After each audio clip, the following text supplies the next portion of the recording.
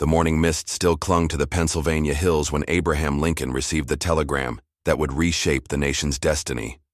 3 days of brutal fighting at Gettysburg had ended, and General George Gordon Meade's Army of the Potomac had achieved what many thought impossible.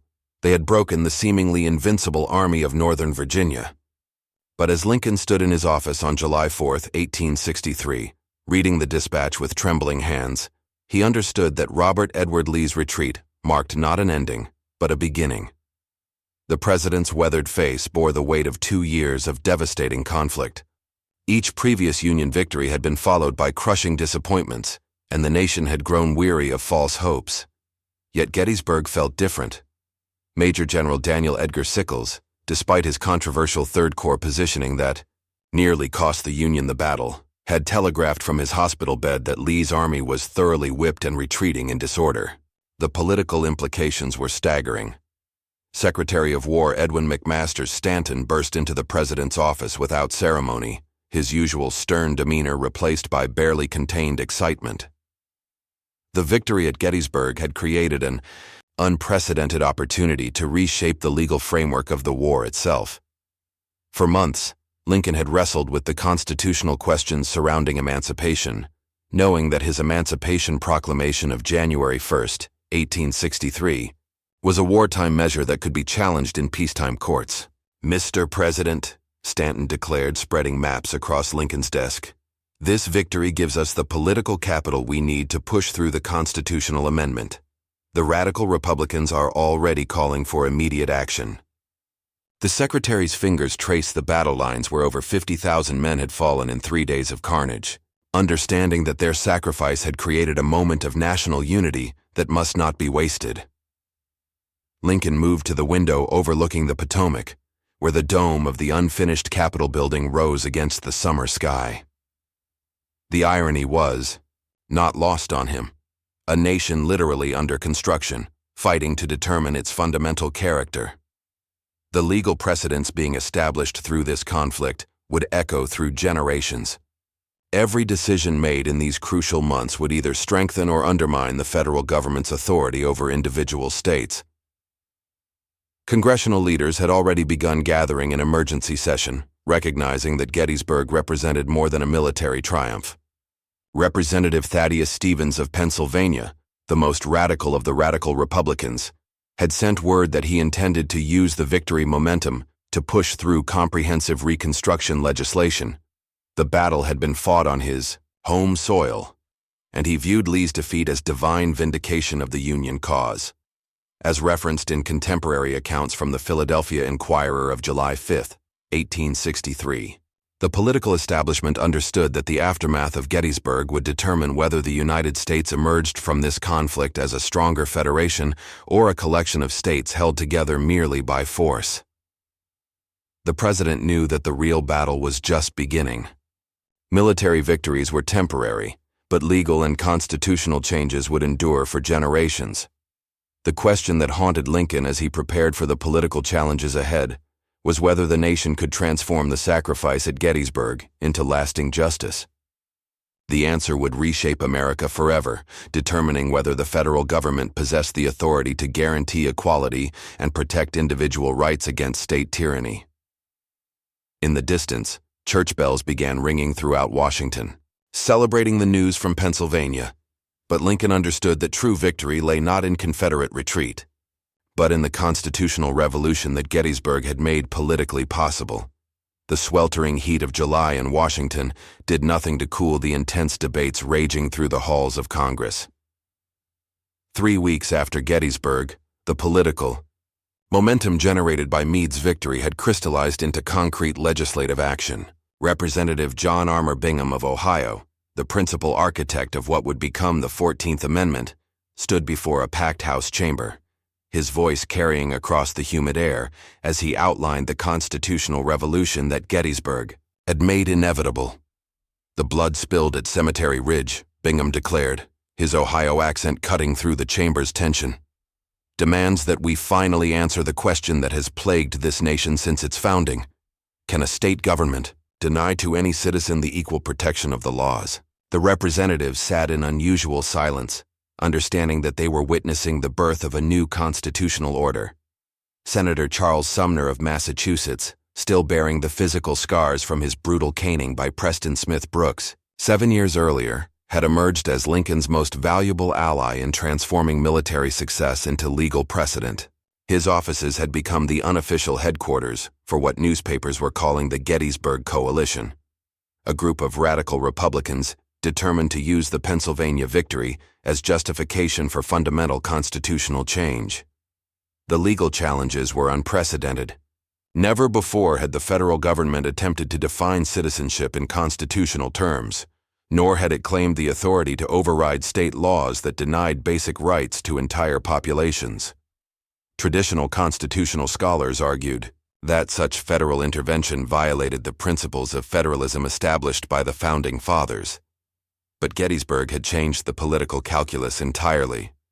Attorney General Edward Bates, Lincoln's former rival for the presidential nomination, found himself at the center of constitutional debates that would have been unthinkable before Lee's invasion of Pennsylvania. His Justice Department was crafting legal arguments to support federal authority over state governments, using the war powers granted to the president as justification for permanent constitutional change. The Supreme Court, led by Chief Justice Roger Brooke Taney, the same man who had authored the infamous Dred Scott decision, watched these developments with growing alarm. Taney understood that the radical Republicans intended to overturn not just his court's previous rulings, but the entire legal framework that had protected state sovereignty since the nation's founding. The aged Chief Justice's health was failing, but his mind remained sharp enough to recognize that Gettysburg had fundamentally altered the balance of constitutional power. Lincoln found himself navigating between competing visions of American federalism. Conservative Republicans warned that excessive federal intervention would create a centralized government that the Founding Fathers never intended. Meanwhile, radical Republicans argued that the Constitution's promises of liberty and equality were meaningless without federal authority to enforce them against recalcitrant states. The president's private secretary, John Milton Hay, recorded in his diary the intense pressure Lincoln faced from all sides. European observers, particularly British diplomats, were closely monitoring whether the American constitutional system could adapt to guarantee individual rights without destroying the federal structure that had made the United States unique among world governments. As documented in contemporary reports from the New York Tribune of July 26, 1863, legal scholars across the nation recognized that the post-Gettysburg political environment had created an opportunity to resolve constitutional ambiguities that had plagued American law for decades. The question of federal versus state authority had theoretical implications that extended far beyond the immediate crisis of slavery. If the federal government could override state laws to protect individual rights, what other areas of traditional state authority might fall under federal jurisdiction? The legal precedents established in 1863 would determine the scope of American government for generations to come. Senator Lyman Trumbull of Illinois, chairman of the Senate Judiciary Committee, began drafting legislation that would test the constitutional limits of federal power. His proposed Civil Rights Act would represent the first attempt by Congress to define citizenship in federal rather than state terms, directly challenging the legal foundations of American federalism. The autumn leaves had begun their transformation when Lincoln made the decision that would define his presidency and reshape American constitutional law. Standing in the Blue Room of the White House on September 22, 1863, surrounded by his cabinet and congressional leaders, the president announced his intention to issue a preliminary Emancipation Proclamation that would take effect on January 1, 1864. The political capital earned at Gettysburg had given him the leverage he needed to transform a war for union into a war for human freedom. Secretary of State William Henry Seward, ever the pragmatist, had initially opposed emancipation as politically dangerous. But Gettysburg had changed the diplomatic landscape entirely. European powers, particularly Great Britain and France, who had been considering recognition of the Confederacy, now found themselves unable to support a rebellion that had been so decisively defeated on Pennsylvania soil. The victory had given Lincoln the international breathing room he needed to pursue his most radical agenda. The constitutional challenges were staggering. No president had ever claimed the authority to free enslaved people held as property under state law. Lincoln's legal justification rested entirely on his war powers as commander-in-chief, but even his most supportive advisors questioned whether such authority could survive constitutional challenge in peacetime courts. The president was gambling the entire future of American liberty on a legal theory that had never been tested. Representative Owen Lovejoy of Illinois, brother of the martyred abolitionist Elijah Parrish Lovejoy, had become Lincoln's most trusted liaison with the radical Republicans in Congress. His offices were filled with delegations from across the North, all demanding immediate action to capitalize on the momentum generated by Meade's victory. The political pressure was intense, but so were the risks. Chief Justice Taney had made it clear through private correspondence that the Supreme Court would challenge any federal action that overrode state property rights. The Dred Scott decision of 1857 had established that Congress lacked authority to prohibit slavery in federal territories, and Taney believed the same constitutional principles protected slavery within state boundaries. A direct confrontation between the executive and judicial branches seemed inevitable. Lincoln's private struggles with the constitutional issues were recorded in detail by his secretary John George Nicolay, who observed the president spending sleepless nights poring over legal precedents and constitutional commentaries. The weight of making constitutional law during wartime pressed heavily on a man who had always respected legal procedure and institutional authority. The political opposition was fierce and immediate. Democratic newspapers across the North denounced emancipation as an unconstitutional abuse of presidential power. Governor Horatio Seymour of New York, speaking for the Democratic Party's official response, declared that Lincoln had exceeded his constitutional authority and was governing as a dictator rather than a president bound by law. Meanwhile, radical Republicans in Congress began preparing their own constitutional response. Senator Charles Sumner introduced what would become the 13th Amendment, recognizing that emancipation by presidential proclamation might not survive legal challenge. The constitutional amendment process, requiring approval by 2/3 of both houses of Congress and 3/4 of the states, would make emancipation permanent and unassailable. The international implications were equally significant. As reported in contemporary dispatches from the London Times of October 3, 1863, European legal scholars were closely studying Lincoln's constitutional arguments, recognizing that American federalism was being fundamentally redefined through wartime necessity. Frederick Douglass, the nation's most prominent African-American leader, understood better than anyone the constitutional revolution that Gettysburg had made possible. In speeches across the North, he argued that the federal government finally possessed both the moral authority and political power to fulfill the promises of the Declaration of Independence. The battlefield victory had created the political space necessary for legal transformation. The president knew that his emancipation strategy represented the most dangerous constitutional gambit in American history. If the Supreme Court ruled against federal authority to free enslaved people, the entire legal foundation of the war effort could collapse. But Lincoln also understood that Gettysburg had given him a moment of political strength that might never come again. The constitutional precedents established in 1863 would determine whether American federalism could adapt to protect individual liberty, or whether states' rights would continue to trump human rights in the American legal system. The winter of 1863 brought unprecedented constitutional challenges as Congress began crafting the legal framework for reconstructing the Union. The political momentum generated by Gettysburg had given radical Republicans the leverage they needed to fundamentally reimagine the relationship between federal and state governments. In committee rooms throughout the Capitol, lawyers and legislators worked through the night, drafting legislation that would transform American constitutional law. Representative Thaddeus Stevens, his fierce determination undimmed by age, had become the driving force behind what historians would later call the Second American Revolution. His Congressional Committee on Reconstruction faced questions that had no precedent in constitutional law. Could states that had attempted secession be treated as conquered territories? Did the federal government possess authority to impose new state constitutions? How could the Constitution be amended to guarantee that the sacrifices at Gettysburg would result in permanent legal change? The Supreme Court, meanwhile, faced its own institutional crisis. Chief Justice Taney's health was deteriorating rapidly, and his potential successor would be chosen by Lincoln, a president committed to constitutional interpretations that directly contradicted decades of court precedent. The legal establishment understood that American jurisprudence was entering uncharted territory.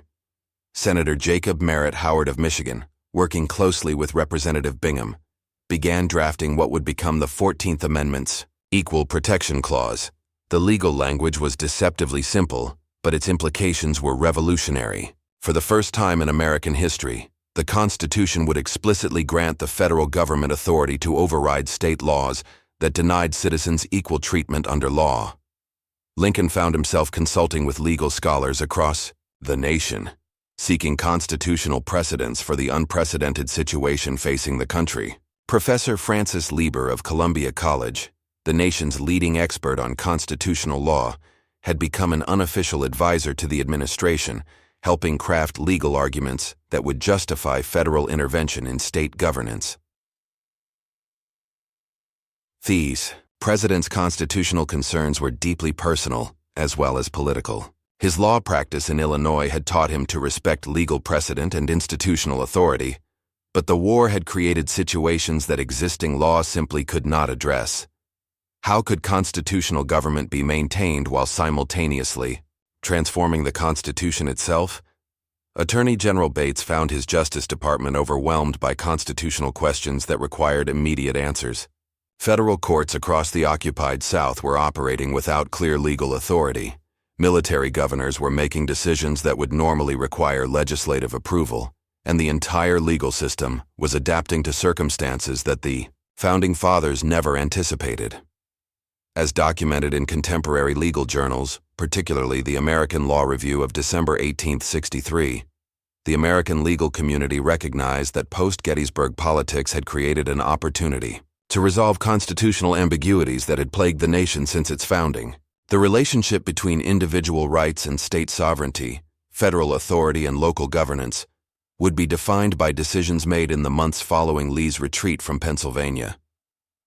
The international legal community watched these developments with fascination and concern. British legal scholars, writing in the Edinburgh Review, noted that American constitutional law was being transformed through wartime necessity rather than peaceful democratic process. The precedents being established in Washington would influence constitutional development in democratic nations worldwide. Congressional debates grew increasingly intense as legislators recognized the historical significance of their decisions. Senator Lyman Trumbull's Civil Rights Act faced fierce opposition from Democrats and conservative Republicans, who argued that federal protection of individual rights violated the principles of limited government that had guided American law since the founding.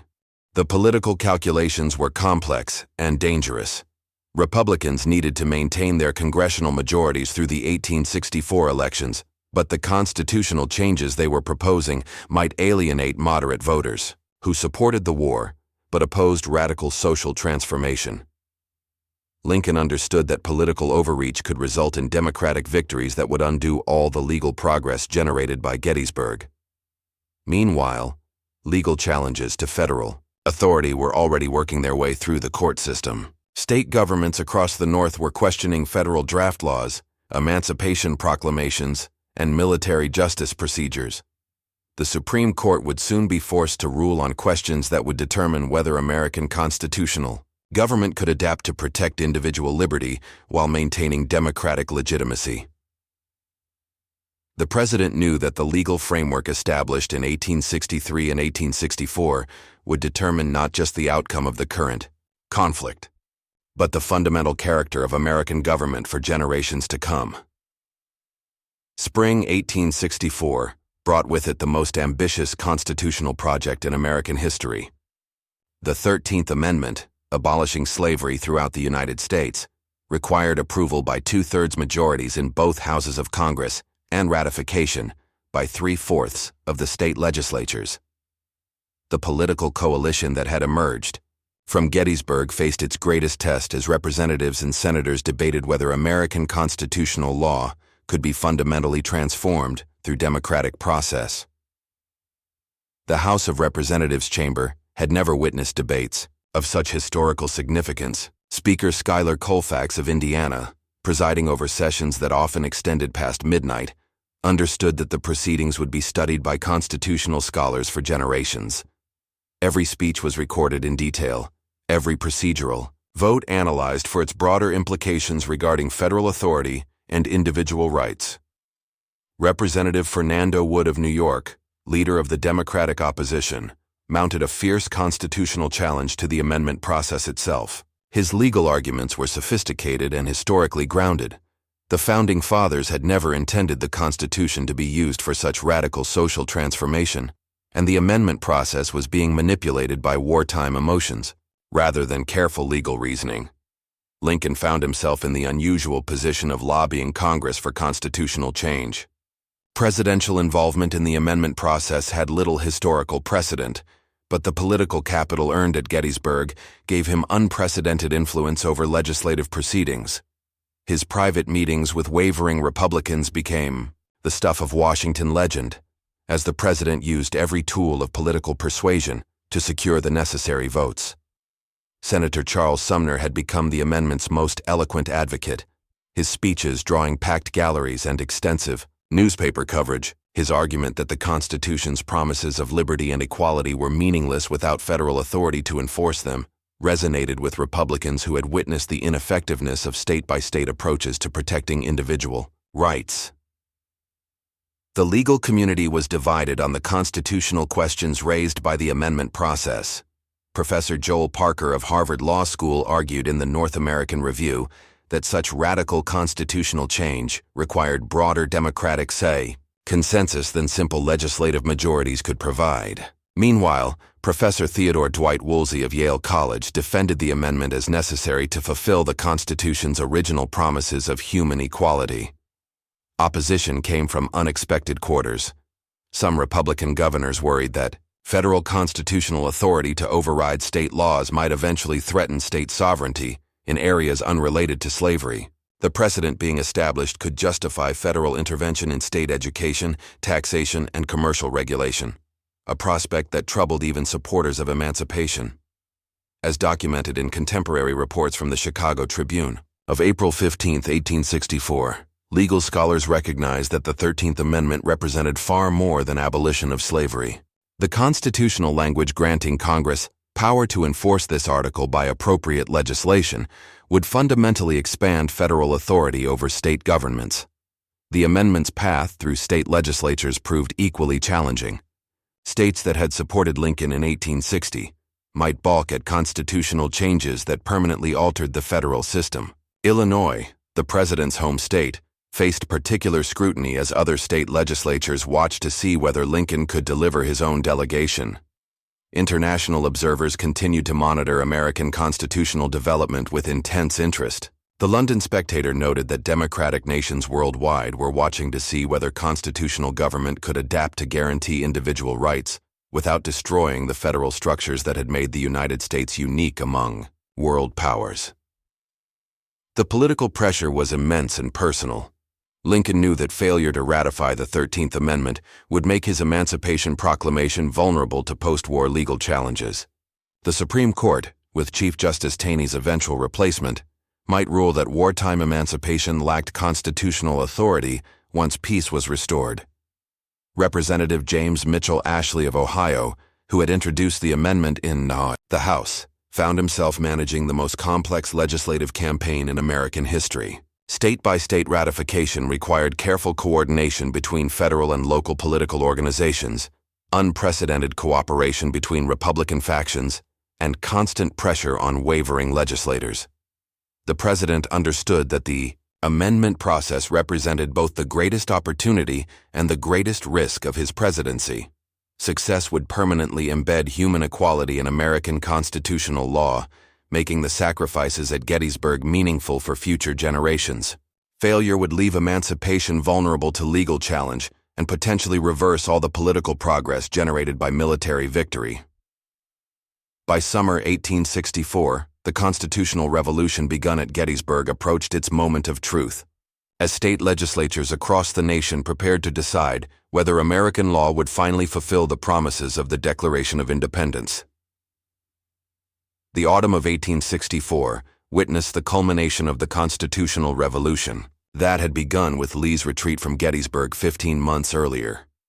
On December 6th, Secretary of State Seward announced that the required number of states had ratified the 13th Amendment, making it part of the supreme law of the land. The political momentum generated by military victory had been transformed into permanent constitutional change, fundamentally altering the relationship between federal and state governments. Lincoln stood in the East Room of the White House, surrounded by congressional leaders and cabinet members, as he signed the resolution declaring the amendment ratified. The ceremony was deliberately modest. The president understood that the real significance lay not in celebration, but in the legal precedents being established for future generations. American constitutional law had been permanently altered, and the federal government now possessed explicit authority to protect individual rights against state government violations. The Supreme Court faced its most challenging period since the founding of the Republic.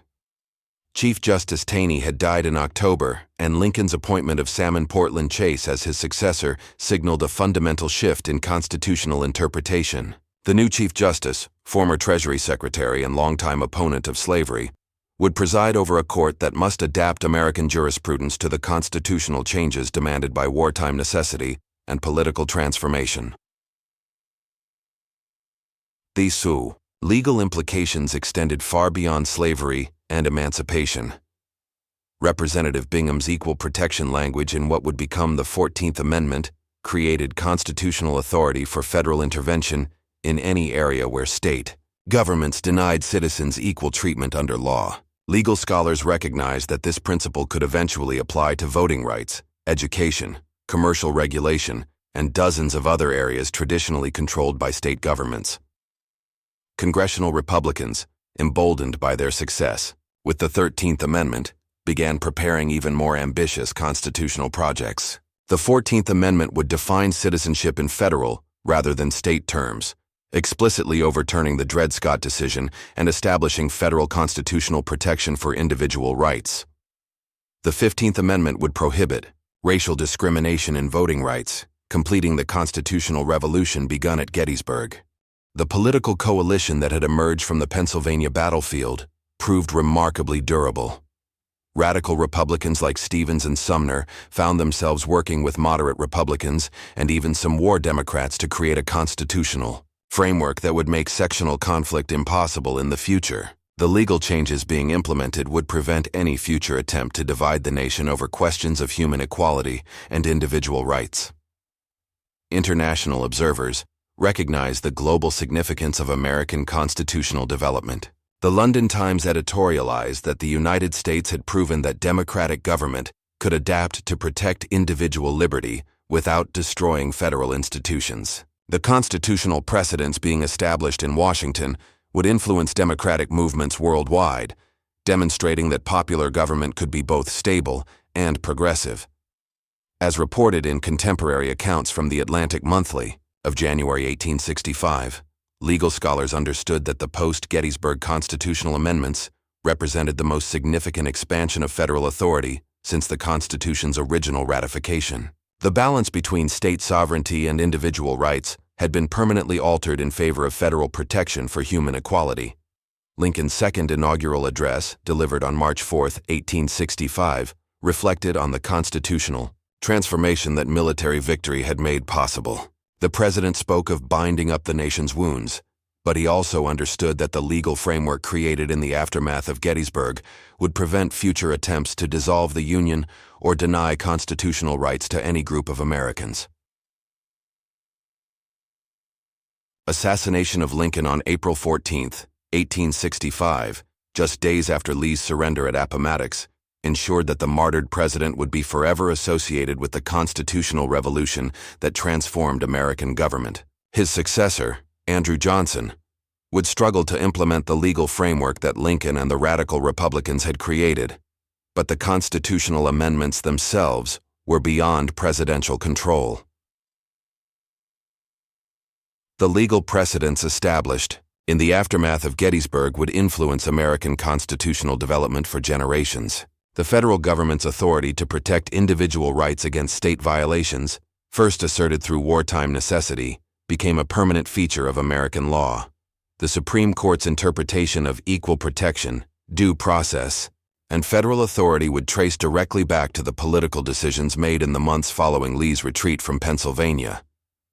Future generations would understand that the Battle of Gettysburg represented more than military victory. It marked the moment when American constitutional law began its transformation from a system that protected state sovereignty above individual rights to one that guaranteed federal protection for human equality. The legal revolution that began with 3 days of fighting in Pennsylvania would echo through American history, ensuring that the principles for which those soldiers died would be embedded permanently in the nation's fundamental law.